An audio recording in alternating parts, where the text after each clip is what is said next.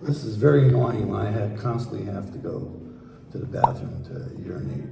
Really? I have a suddenness and urges, and sometimes the bladder doesn't seem to be full. And yet, it can be just a few minutes, 20 minutes later, and it feels like I have to go to the bathroom again. So you've got the urgency, frequency, and then do you get urge incontinence? Like you have an urge to go and sometimes you don't get there in time? Yes, I do get that where I'm going to start leaking if I don't. Okay, that's very common. What about stress incontinence? Like if you cough or sneeze or get up suddenly, do you leak urine that way? Sometimes when I cough, there'll be some leakage. Yeah. But not generally when I get up. Okay. What I've noticed during the nighttime that I have to get up several times. Okay. Whereas when you're younger, you can sleep through the night. Right. It doesn't seem to happen anymore. Right. So those are sort of separate problems, like the urgency type of incontinence where you got to go right now, and the coughing type of incontinence where there's no warning, it's just you cough and next thing you know, you've leaked. For the urgency type, obviously you need to see a urologist and make sure there's no infection, or you're emptying your bladder and all of that type of thing. And then there's always a discussion of what you're putting in, right? I know you don't smoke, but alcohol sometimes can cause this urgency type of incontinence.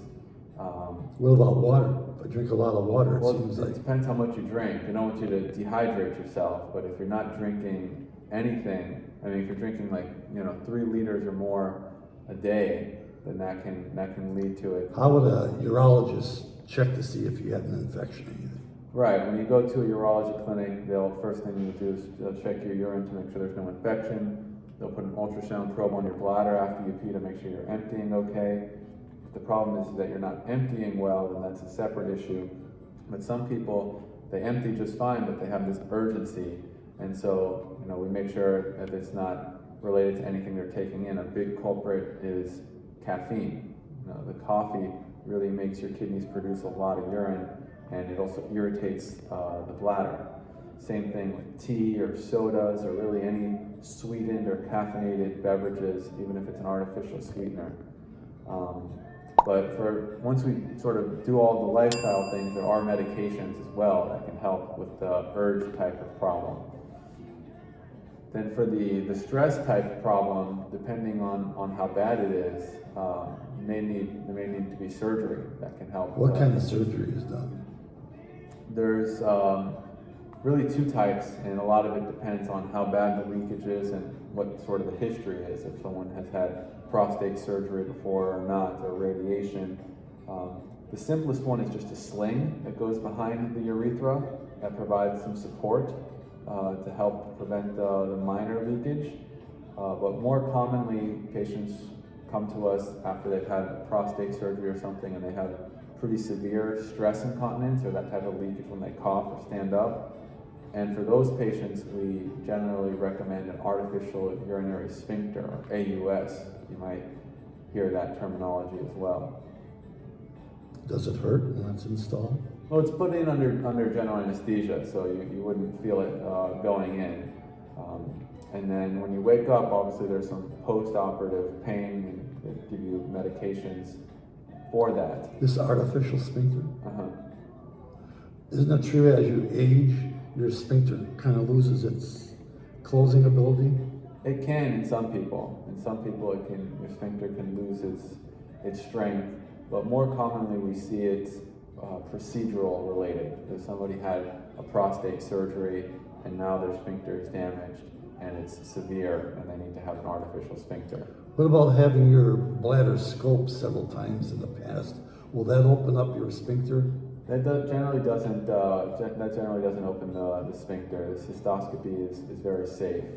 What we generally see is people their whole life, they've drank a bunch of coffee and beer and whatever, and it's fine. As they get older, their body gets more sensitive to these things.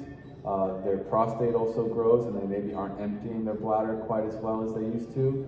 So now they're getting up to pee all the time because they're still taking in all the coffee and beer that they used to take in, and their body's more sensitive to it, and they're not emptying their bladder as well, so they're not sort of restarting after each urination. So you're putting an artificial sphincter in.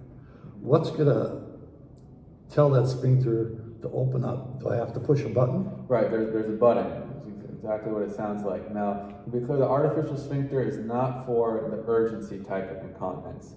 You know, you drink a coffee and you gotta run to the bathroom every hour.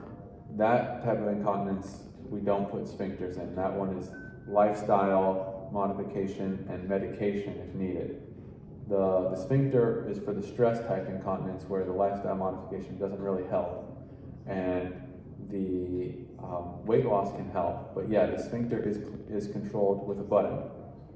Where 99% of the time the sphincter is closed and it keeps you dry. So it's like turning your faucet on.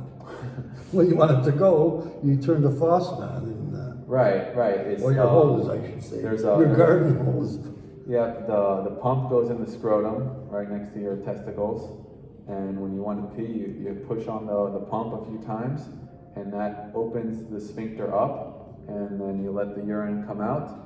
And then after a minute or two, it just closes on its own. Oh, great, but I have to go to the bathroom again. I'll be right back.